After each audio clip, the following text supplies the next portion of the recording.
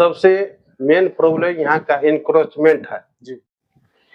स्वास्थ्य में हॉस्पिटल तो है, डॉक्टर भी है, लेकिन जो क्वालिटी डॉक्टर का चाहिए वो नहीं है। मिशन अच्छा है, महादेव मठ बन के है, लेकिन एक डॉक्टर नहीं बैठता, प्रॉब्लम होता है थोड़ा सा भी, तो उसके लिए हमको दरभंगा या पीएमसीएच रेफर करना पड़ता है। एवं यहाँ रेफरल हॉस्पिटल है, लेकिन वहाँ सुविधा नहीं है। जिला का संगठन जिला झंझारपुर, हमारे साथ पूर्व जिला अध्यक्ष हैं बीजेपी के ऋषिकेश कुमार राघव, जो अभी लोखा के प्रबल दावेदार है, प्रत्याशी है, और अभी तक जो भी सर्वे हुई नंबर 1 पे चल रहे हैं।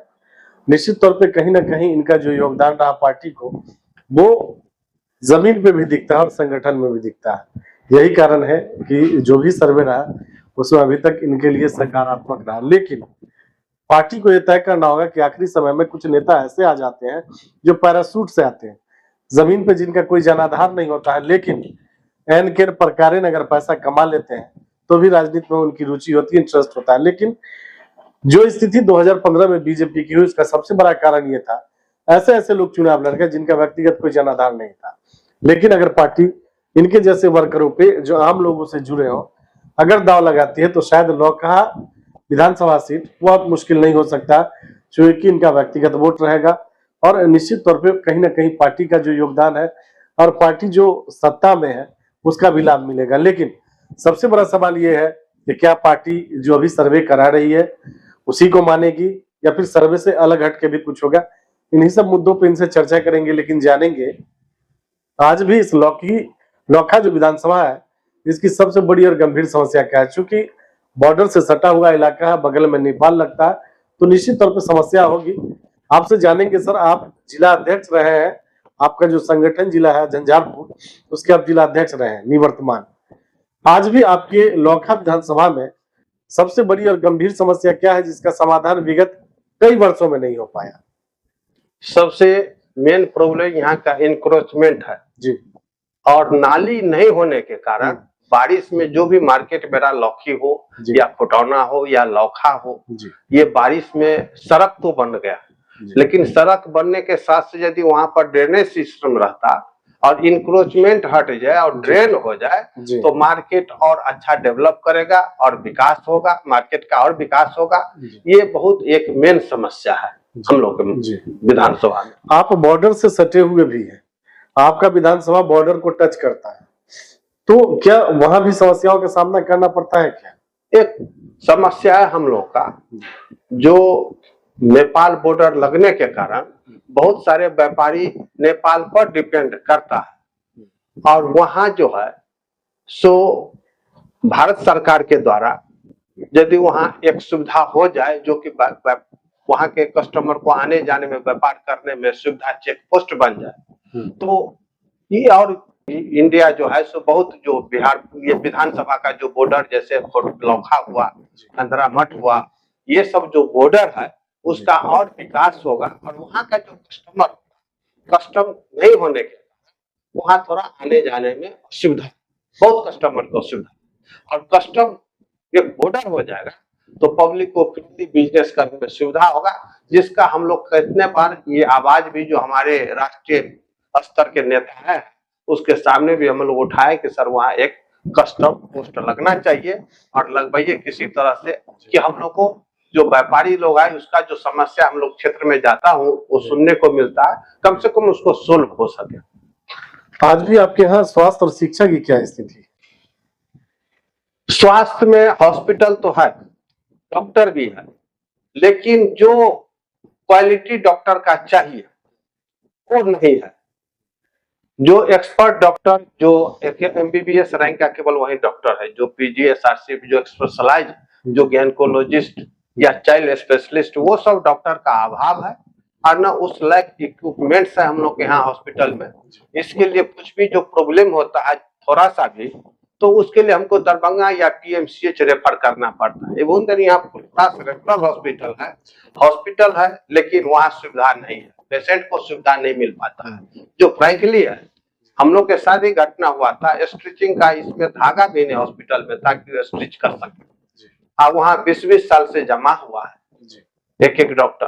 तो ये जब तक ये सुविधा नहीं होगा हॉस्पिटल, तो क्या है कि देखिए पहले एक ऑफिस हुआ करता था पासपोर्ट का पटना में, अब दरभंगा हो गया है। तो हम लोग को मिथिलांचल वासी के लिए अब पटना नहीं दौड़ना पड़ता है, अब दरभंगा। उसी तरह से ऐसे तो हॉस्पिटल मेडिकल कॉलेज बन रहा है झंझारपुर, लेकिन जैसे मेरा बॉर्डर पड़ता है लौखी, लौखा, अंधरामठ, महादेव मठ, वहां नेपाल से भी मेरा बहुत पेशेंट आता है।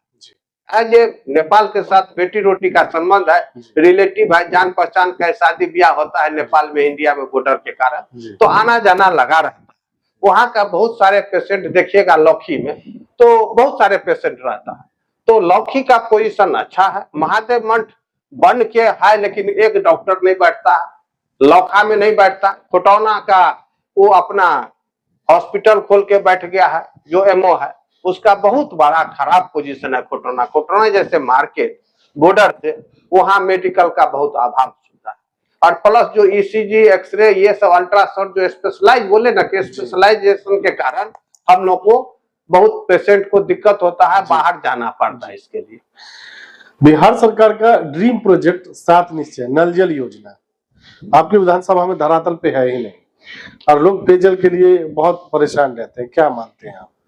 देखिए, जो जल नल योजना भारत सरकार और बिहार सरकार सबसे ड्रीम प्रोजेक्ट है, और जो सोच के सरकार दिया था कि ये नल जल से पानी ही एक ऐसा है कि जिससे पेट का गड़बड़ी बीमारी पानी का होता है, और एक क्वालिटी का पानी मिलेगा और अच्छा पानी मिलेगा तो बीमार नहीं पड़ेगा।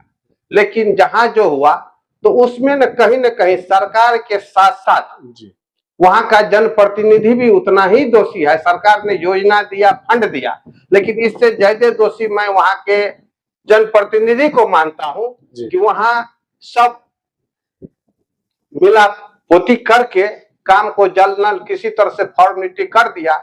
जैसे इस बार जल का अभाव हुआ था तो हम लोग एसडीओ साहब से बोल के बहुत सारे पंचायत में जा करके और ये जल नल को सुचारू रूप से काम कराने का काम किया।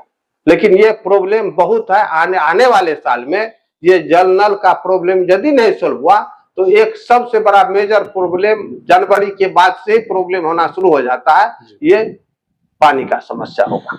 ये अगर लौखा की बात करें तो लौखा के लिए दुर्भाग्य की बात है कि यहाँ से बिहार सरकार के मंत्री भी रहे लक्ष्मेश्वर राय, 2 बार विधायक रहे, बावजूद उसके आज भी लौखा को डिग्री कॉलेज नहीं।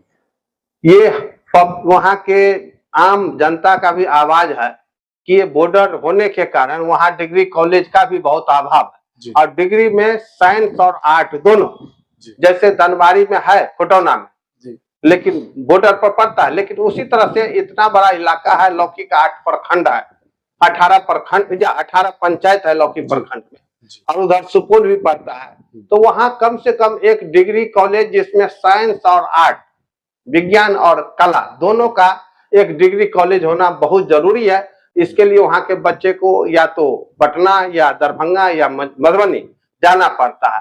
जब पॉलिटेक्निक कॉलेज अररिया में आ गया और मेडिकल कॉलेज झंझारपुर में हो गया तो एक डिग्री कॉलेज तो होना ही चाहिए वहां इस इलाके में, खास कर लौकी प्रखंड में एक डिग्री कॉलेज का बहुत जरूरी है। सरकारी, प्राइवेट नहीं, प्राइवेट है लेकिन एक फॉर्मेलिटी है, उससे कोई मतलब।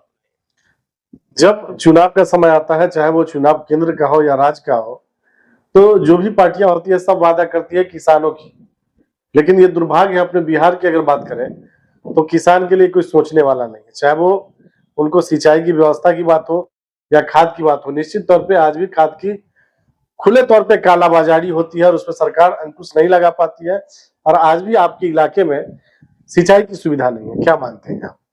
देखिए, सिंचाई की सुविधा है, थोड़ा पूरा जो सरकार का प्रोजेक्ट था वो पूरा जो इलेक्ट्रिसिटी हर खेत में पहुंचाने का, वो बहुत काम बहुत हद तक हो चुका है। बहुत जगह मीटर उटर का कनेक्शन नहीं हुआ, लेकिन सिंचाई में पहले जैसे नहीं है, पहले कनेक्शन हुआ है। और सबसे बड़ी बात है कि वहाँ जो जनप्रतिनिधि आता है वो सब बाहरी थोपा हुआ कैंडिडेट हम लोग को मिलता है। और इस बार पब्लिक भी मन बना लिया है, यदि थोपा हुआ कैंडिडेट आया तो पब्लिक इस बार कुछ भी कर सकता है। यदि अपने पार्टी चॉइस का कैंडिडेट देख करके नहीं दिया डिसीजन और थोपा हुआ कैंडिडेट देगा तो इसका रिएक्शन क्या होगा वो तो पब्लिक ही आप लोगों को पता है। ये आक्रोश है पब्लिक। हाँ, पूरा निश्चित तौर पे अगर बाहरी लोग आए तो शायद बहुत मुश्किल होगा इसमें। बहुत इस बार मुश्किल, और लौखा ही नहीं, अगल बगल के विधानसभा में। आखिरी सवाल आपसे, जब आप क्षेत्र में जाते हैं, जनसंपर्क के लिए जाते हैं, सरकार जिसके बारे में कहती है कि आखिरी पंक्ति के लोग दलित महादलित समुदाय से आते हैं, जब उनके पास जाते हैं तो किस तरह की समस्या को देखना पड़ता है आपको? सरकार तो दलितों के लिए काम किया है। अभी पेंशन भी जो 400 रुपये था उसको 1100 रुपये किया है जी। 125 यूनिट बिजली फ्री किया है, 5 किलो राशन फ्री किया है, उजाला गैस हर घर में पहुंचाने का काम किया है। तो सरकार अभी जो दलित पिछड़ा है उसको अभी हमारे सरकार से, एनडीए सरकार से जो भी दलित पिछड़ा वर्ग है वो खुश है, सरकार के साथ है। लेकिन जो सरकार का आदमी यहाँ जो जनप्रतिनिधि के रूप में हम लोग को दिया जाता है, उससे कार्यकर्ता में नाराजगी है कि नहीं, हमको वहाँ का लोकल ही चाहिए, क्षेत्र का हमको विधायक चाहिए, क्षेत्र का सांसद चाहिए, न कि बाहर का आदमी हम लोग लाइक करते हैं। हम लोगों की सहयोग और शुभकामनाएं आपके साथ है। पार्टी आपको अगर मौका देती है और जनता वोट देके आपको लौखा का विधायक बनाती है तो चुनाव जीतने के बाद आपकी पहली प्राथमिकता क्या होगी? सबसे पहले प्राथमिक सुविधा होगा कि हम एजुकेशन को सुधारेंगे कि एक डिग्री कॉलेज के लिए। सेकेंड में मैं इंक्रोचमेंट होकर के जो गंदगी और नाला सुविधा है और इतना बड़ा मार्केट है, और जो बाहर मार्केट आता है तो शौचालय का सुविधा को भी मार्केट जी। जो जेंट्स कहीं जाता है, जो हमारी माता बहने आती है मार्केट में जी। तो वो कहाँ शौच जाएगी, उसको कहीं पेट खराब हो गया, कुछ हो गया, तो कोई भी मार्केट में शौचालय का सुविधा, पब्लिक टॉयलेट का नहीं है जी। वो सुविधा हम उसको करेंगे हर मार्केट में जी। ये। इसके बाद मैं उद्योग, जब हम सरकार में है और हमारे मंत्री भी माननीय नीतीश मिश्रा जी उद्योग मंत्री है, उससे भी आग्रह करके हम अपने इलाके में उद्योग भी लगाने का काम करेंगे जी। ये आपका प्राथमिक सुविधा रहेगा कि हमारा एम्प्लॉयमेंट सोल्व हो, हमारा जो यहाँ का लड़का लोग यंग जो बाहर जाता है उसको रोजगार अपने घर में मिल सके। चलिए, ऋषिकेश कुमार राघव जी हमसे बात करने के लिए बहुत बहुत धन्यवाद। ये थे ऋषिकेश कुमार राघव, जो संगठन जिला झंझारपुर के बीजेपी के निवर्तमान जिला अध्यक्ष हैं और लौखा के दावेदार हैं। निश्चित तौर पर अभी जो 2025 का विधानसभा चुनाव होना है उसमें हर पार्टी अपने अपने हिसाब से तैयारियां शुरू कर चुकी है, सब लोगों की अपनी अपनी तैयारी है। लेकिन सबसे बड़ा सवाल ये है कि आज भी बीजेपी विश्व की सबसे बड़ी पार्टी होते हुए कहीं ना कहीं जेडीयू के सहारे है। उसका सबसे बड़ा कारण है कि बीजेपी के पास वर्कर ऐसे ऐसे हैं जो अपने दम पे चुनाव जीत सकते हैं, लेकिन कहीं ना कहीं जो बीजेपी में एक कल्चर चला है उसमें ऐसे लोगों का आगमन होता है, ऐसे लोग चुनाव के समय में आते हैं पैराशूट के माध्यम से, जो क्षेत्र को जानते भी नहीं है और पार्टी उनको मौका देती है। यही कारण है कि बीजेपी जीते जीते भी चुनाव हार जाती है। अब बीजेपी को इस पे अंकुश लगाने की जरूरत है और इस बात का ख्याल रखना है कि निश्चित तौर पे अगर बिहार की सत्ता में काबिज होना बीजेपी चाहती है और चाहती है कि बिहार की सबसे बड़ी पार्टी हो, तो इस बात का ख्याल रखना होगा कि आपके पास ऐसे वर्कर भी हैं जो व्यक्तिगत तौर पे अपने दम पे आपको विधानसभा चुनाव जिता सकते हैं। अगर आप मौका देते हैं उनको तो शायद जो सूखा पड़ा रहता है इस इलाकों में, अगर बात करें मिथिलांचल की, तो आज भी बीजेपी की स्थिति बहुत अच्छी नहीं होने का कारण कहीं ना कहीं बाहरी लोग हैं। अगर पार्टी इनके जैसे लोगों पे विचार करती है और जनता जात धर्म और पार्टी से अलग हटके अगर इनको वोट करती है तो निश्चित तौर पे जो लोखा की मूलभूत समस्या है उसका समाधान हो पाएगा।